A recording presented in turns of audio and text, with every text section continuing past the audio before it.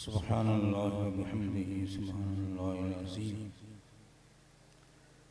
मेरा रूए सुखन उन तलबा की तरफ है जो अब तक तलबा थे, मुतअल्लिमीन थे। आज के बाद इंशाअल्लाह फारिग तहसील होकर मुदर्रिसीन मुअल्लिमीन की साथ में शामिल हो जाएंगे इंशाअल्लाह।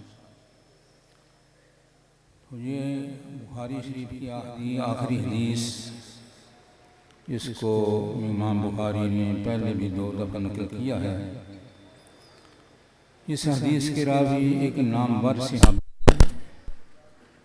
नामवर सहाबी हैं, हज़रत अबू हुरैरा रज़ियल्लाहु ताला अन्हु। हदीस का आगाज़ होता है कलिमतान कि 2 कलिमात। इससे मुराद वो कलिमात हैं जिनका आगे ज़िक्र है, सुब्हानल्लाह व बिहम्दिही सुब्हानल्लाहिल अज़ीम। और सुब्हानल्लाह व बिहम्दिही सुब्हानल्लाहिल अज़ीम, सुब्हान ये तंज़ीह के लिए लफ्ज़ है। कभी इसको कुरान हकीम के अंदर मस्दर के साथ इस्तेमाल किया जाता है, कभी माजी के साथ, कभी मुदारी के साथ, कभी अमर के साथ। जिस तरह अल्लाह ताला इरशाद फरमाते हैं कि सुब्हानल्लज़ी अस्रा बिअब्दिही या सुब्हानल्लज़ी सख़्ख़रा लना हाज़ा, यहाँ मस्दर का इस्तेमाल है। सब्बह लिल्लाहि मा फ़िस समावाति व मा फ़िल अर्ज़, यहाँ माज़ी इस्तेमाल की गई है।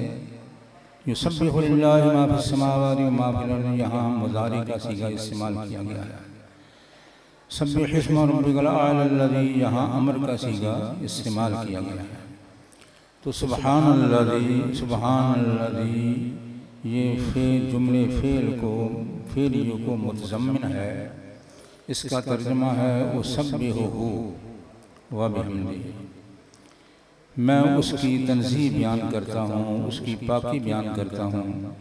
व बिहम्दिही की वाव जो है वो वाव हालिया भी हो सकती है और वाव आतफ़ा भी हो सकती है। अगर वाव आतफ़ा हो तो फिर इबारत यूँ होगी कि उसब्बिहुहु व अल्तबिसु बिहम्दिही, कि मैं उसको हम्द के साथ मिलाता हूँ। अगर जुमला हालिया हो तो फिर इबारत इस तरह होगी कि उसब्बिहुहु मुल्तबिसन बिहम्दिही। बहरहाल ये पूरा जुमला है, पूरी कलाम है, और कलमा कलाम की जुज़ होता है। चंद कलिमात मिल के तो कलाम बनती है।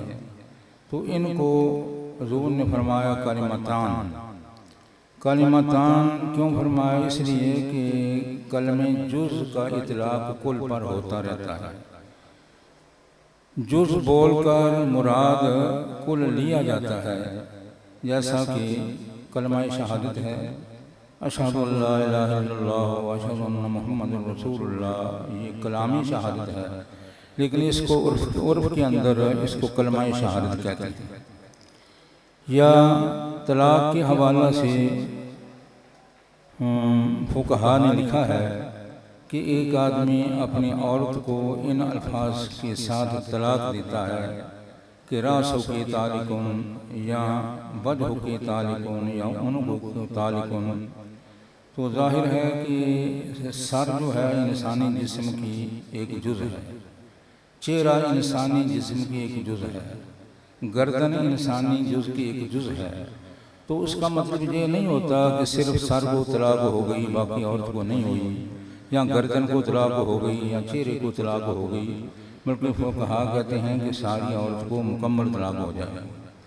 तो यहाँ भी जुज़ बोल कर मुराद कुल लिया गया है, और ये इसमें कोई हर्ज की बात नहीं है। बाकी कलिमतान ये मौसूफ़ है। आगे इसकी सिफ़ात ज़िक्र की गई हैं, 3 सिफ़ात। हबीबतान इलर रहमान, खफीफतान अलल लिसान, सकीलतान फिल मीज़ान। पहली सिफ़त है हबीबतान इलर रहमान। हबीब बमाने महबूब है। हबीब का माना महबूब है। जैसा कि जरी का माना मजरूह होता है, कतील का माना मक़तूल होता है, ज़बी का माना मज़बूह होता है, इसी तरीके नाल हबीब का माना है महबूब। तो मुहद्दिसीन कहते हैं कि ये कलिमात अल्लाह को महबूब हैं और इनका कायल हुमा महबूब, इनका कायल भी अल्लाह को महबूब है।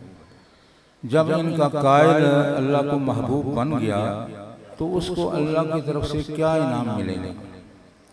इमाम मुहद्दिस किरमानी अल्लामा किरमानी लिखते हैं कि ईसाल खैरी लहू व तकरीम, जब इंसान अल्लाह का महबूब बन जाता है तो उसके लिए बेपनाह इज़्ज़त होती है, अल्लाह ताला उसको बेपनाह इज़्ज़त अदा करता है।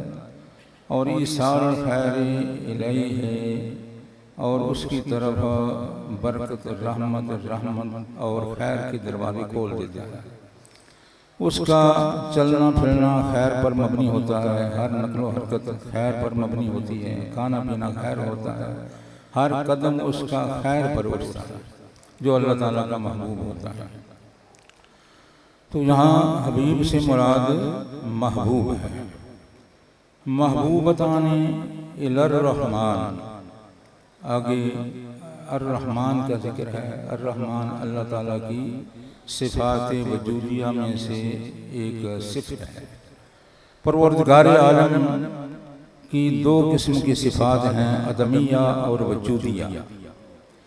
अदमिया सिफ़ात कौन सी हैं? मिसाल के तौर पर ला शरीक लहू वला जिहद लहू वला ज़ौफ़ लहू। और वजूदी सिफ़ात क्या हैं? उसका समी व बसीर होना, उसका खालिक व कादिर होना, उसका रहमान व रहीम होना। तो जो सिफ़ात अदमिया हैं वो नकाइस हैं, अल्लाह ताला की ज़ात उनसे पाक है, लिहाजा अल्लाह की उनसे तनसीब बयान करना हमारे लिए ज़रूरी है। और जो सिफ़ात वजूदियाँ हैं वो अल्लाह ताला की खूबियाँ हैं, उसके कमालात हैं, उनकी बिना पर अल्लाह ताला की तहमीद करनी हमारे लिए ज़रूरी है। तो अर्रहमान जो है ये अल्लाह ताला की सिफ़ात वजूदिया में से एक सिफ़त है। और इस हदीस के अंदर इस लफ्ज़ का इंतखाब क्यों किया गया है? मुहद्दिसीन कहते हैं इसलिए कि रहमान के अंदर बड़ी वुसअत मौजूद है। रहमान का माना होता है दुनिया और आखिरत में रहम करने वाला, काफिरों मुशरिकों मुसलमानों पे रहम करने वाला, दरिंदों परिंदों चरिंदों पे रहम करने वाला, हशरातुल अर्द पे रहम करने वाला, बल्कि कायनात की हर चीज़ पे रहम करने वाला। जैसा कि अल्लाह ताला इरशाद फरमाते हैं कि वासिअत रहमती कुल्ल शै, कि मेरी रहमत हर चीज़ को, हर मौजूद को घेरे हुए है। तो अल्लाह की रहमत के हाथा से कोई चीज़ बाहर नहीं है। तो उसकी तरफ इशारा करने के लिए ये रहमान का लफ्ज़ इस्तेमाल किया गया है। आगे उसकी दूसरी सिफ़त है। दूसरी सिफ़त कौन सी है? बाकी ये सिफ़ात अदमिया जो हैं इनको सिफ़ात जलाल भी कहा जाता है। जो सिफ़ात वजूदिया हैं उनको सिफ़ात इकराम भी कहा जाता है। जैसा कि कुरान मजीद के अंदर मौजूद है ज़ुल जलाल वल इकराम, इसका माना है कि वो अदमी सिफ़तों वाला भी है और वजूदी सिफ़तों वाला भी है।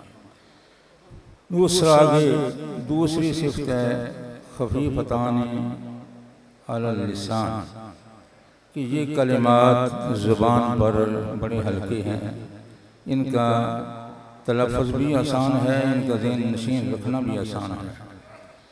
और बात कहते हैं कि खिफ़त से मुराद किल्लत है और सिकल से मुराद क्या है? सिकल से मुराद बोझ है। खिफ़त से मुराद खिफ़त और अपना सिकल से मुराद कसरत। जैसा कि आपने ये हदीस बाब दावात के अंदर पढ़ी है कि एक आदमी इन अल्फाज को, कलिमात को वजीफ़ा बना लेता है, रोज़ाना वो 100 मरतबा ये कलिमात पढ़ता है, तो ये अमल कलील है, क्योंकि उसमें सिर्फ़ और सिर्फ 5 मिनट लगते हैं। और इसका सवाब कितना है कि परवरदिगार आलम उसके अगर गुनाह समुद्र की झाग के बराबर हों फिर भी अल्लाह ताला माफ़ फरमा देता है। और तीसरी सिफ़त है सकीलतान फिल मीज़ान, कि मीज़ान अदल में नेकियां वाले पलड़ में इनका बहुत बड़ा वज़न होगा। यहाँ ये इश्काल पैदा होता है कि इंसान के अक़वाल, इंसान के आमाल वो मादी नहीं है, तो उनका वज़न कैसे होगा।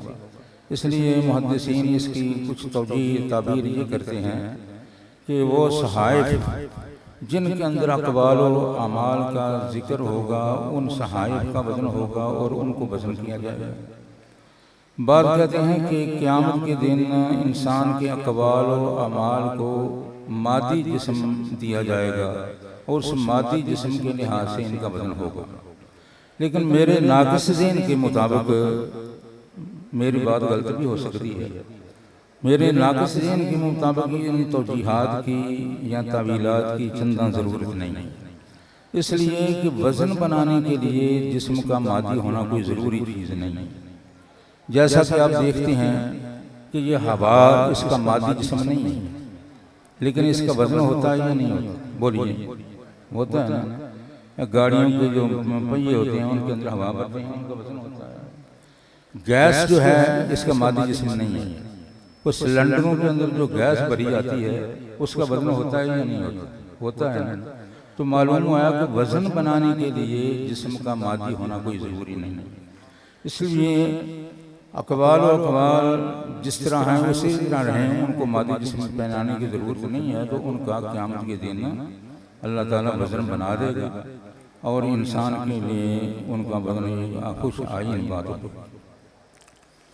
बाकी इसके अलावा कुछ बातें बयान करने वाली हैं। आप जिस इल्म से फारिग हो रहे हैं वो इल्म क्या है? इल्म दीन एक नूर है, एक उजाला है, एक रोशनी है, और इसकी महरूमियत एक ज़ुल्मत है, अंधेरा है, तारीकी है। और इस इल्म की प्यास बुझाने के लिए जब कोई इल्म दीन पढ़ने के लिए इरादा करता है, जाने लगता है, किसी रास्ते को तय करता है, तो उसके लिए कितनी बड़ी बशारत मौजूद है। हज़रत सल्लल्लाहु अलैहि वसल्लम ने इरशाद फरमाया कि उसके कदमों के नीचे अल्लाह के फरिश्ते पर बिछाते हैं। वो फरिश्ते मासूम हैं, नूरानी हैं, और इंसान ख़ता व निस्यान का पुतला है, खाकी है। तो उस खाकी के कदमों के नीचे फरिश्तों का पर बिछाना कितनी बहुत बड़ी अज़मत की बात है। ये उस वक्त सआदत उसको हासिल होती है जबकि उसने सिर्फ अभी इल्म पढ़ने का इरादा किया है, नीयत की है। अभी उसको ये इल्म नहीं है कि मैंने कौन सा निसाब पढ़ना है, कौन सी किताबें पढ़नी है, किसी जामिया तक वो नहीं पहुंचा, किसी मरकज़ इल्म तक नहीं पहुंचा, किसी उस्ताद के आगे उसने अभी ज़ानुयत लम्स नहीं बिछाया, तो उसको ये अज़मत मिल गई है। जब उसको इल्म को पढ़ लेगा तो फिर उसकी क्या शान होगी। दूसरी हदीस, दूसरी बशारत रसूलुल्लाह सल्लल्लाहु अलैहि वसल्लम ने इरशाद फरमाया कि मन सलका तरीक़न यल्तमिसु फ़ीही इल्मन सहलल्लाहु लहू बिही तरीक़न इलल जन्नह, कि जब कोई आदमी हुसूल इल्म दीन के लिए किसी रास्ते में चल पड़ता है तो खालिक़ कायनात उसके लिए जन्नत का रास्ता आसान फरमा देता है। दुनिया में इंसान मुख्तलिफ ज़राए से, मुख्तलिफ तुरुक से रास्ता तय करता है। मसलन एक आदमी पैदल चल के रास्ता तय करता है, एक साइकिल के जरिए करता है, वो पैदल से बेहतर है कि जल्द मंजिल मंसूब तक पहुँच जाता है। और उससे बेहतर जरिया है स्कूटर, कि स्कूटर के ज़रिए इंसान मंजिल मकसूद तक जल्दी पहुँचता है।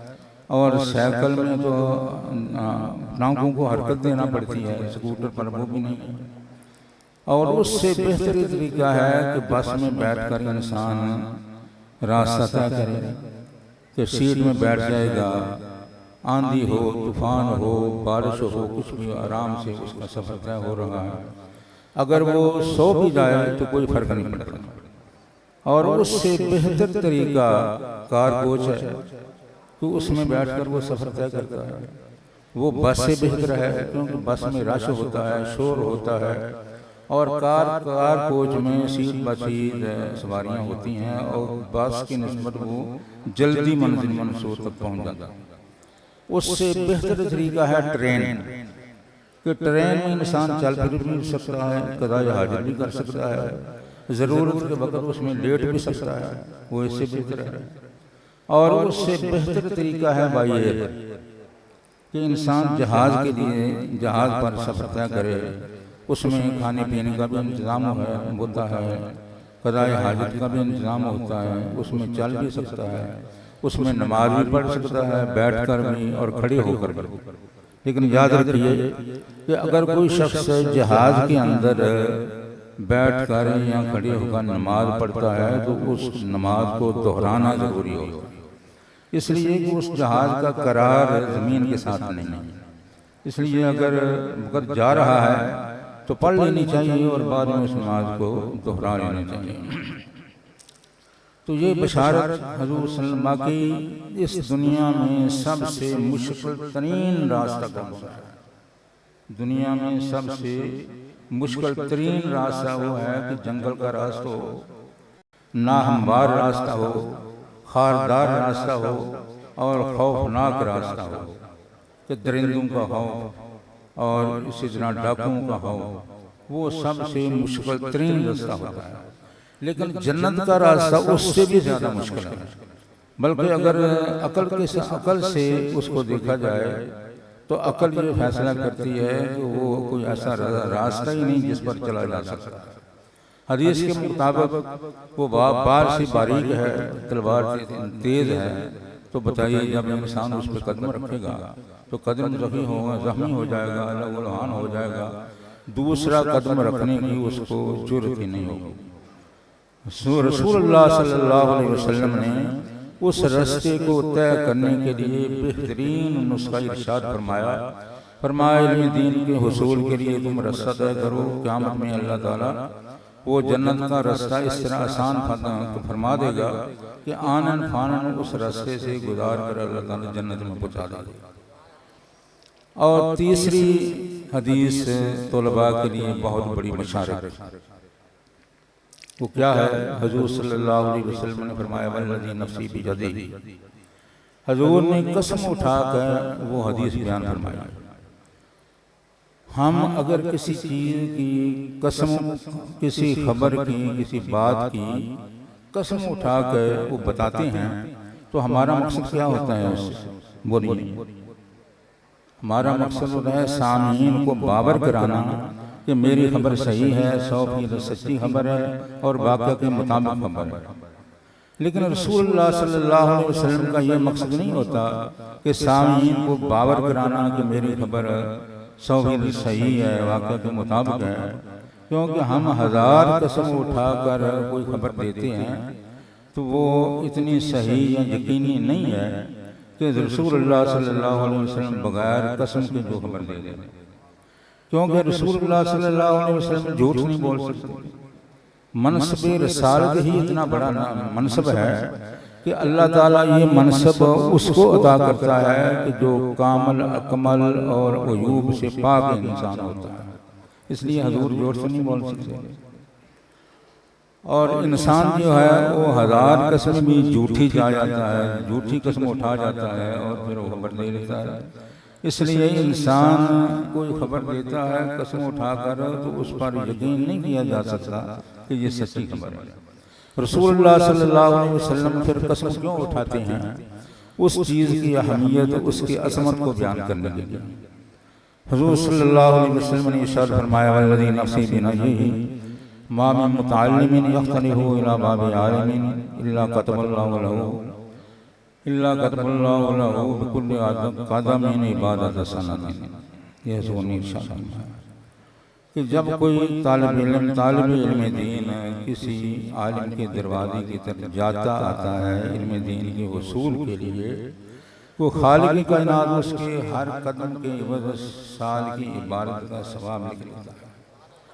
साल अंदाज़ा कीजिए कि साल इबादत करना मुश्किल काम है, लंबा वक्त है, लेकिन कदम उठा के आगे रख देना, इसमें ना कोई टेंशन नहीं, कोई इसमें वक्त सर्फ नहीं होता, इसमें कोई मुशक्क़त नहीं होती। लेकिन इस कदम चूँकि इल्म दीन की तरफ है, उसूल की तरफ उठा है, इसलिए अल्लाह ताला ने इस कदम को इतनी अजमत दी है, इतना प्रोटोकॉल दिया है कि साल की इबादत का सवाब उस इंसान को मिल जाएगा। अगर ये तो मुतअल्लिमीन के बारे में 2-3 हदीसें थीं। आगे जिस फहरिस्त में आप शामिल हो रहे हैं, मुअल्लिमीन की फहरिस्त में, मुदर्रिसीन की फहरिस्त में, अल्लाह ताला आपको बेहतरीन मुअल्लिम मुदर्रिस बनाए, उसके बारे में एक हदीस अर्ज़ करता हूँ कि हुज़ूर सल्लल्लाहु अलैहि वसल्लम ने इरशाद फरमाया कि इन्नल्लाह व मलाइकतहू, अल्लाह और अल्लाह के फरिश्ते, इन फरिश्तों से मुराद हामिलीन अर्श हैं। हामिलीन अर्श जिनकी तादाद अमूमन मुफस्सिरीन 8 बताते हैं, और ये भी कहते हैं कि बरोज़े क़यामत उनकी तादाद डबल हो जाएगी, यानी 16 फरिश्ते हो जाएंगे। तो डबल क्यों होगा? क्या अर्श का वज़न डबल हो जाएगा? अर्श का वज़न ज़्यादा हो जाएगा? मेरी समझ में जो बात आई है वो ये है कि वो 8 फरिश्ते मज़ीद इसलिए उसमें शामिल किए जाएंगे कि उनको हमले अर्श की शराफत बख्शने के लिए, हमले अर्श की शराफत देने के लिए अल्लाह ताला उनको मज़ीद डबल कर देगा। और इन्नल्लाह व मलाइकतहू, मलाइका से मुराद हामिलीन अर्श, व अहल समावाति वल अर्ज़, अहल समावात इससे मुराद हैं तमाम आसमानों में रहने वाले फरिश्ते, अहल अर्ज़ से मुराद है तमाम ज़मीन में रहने वाले फरिश्ते।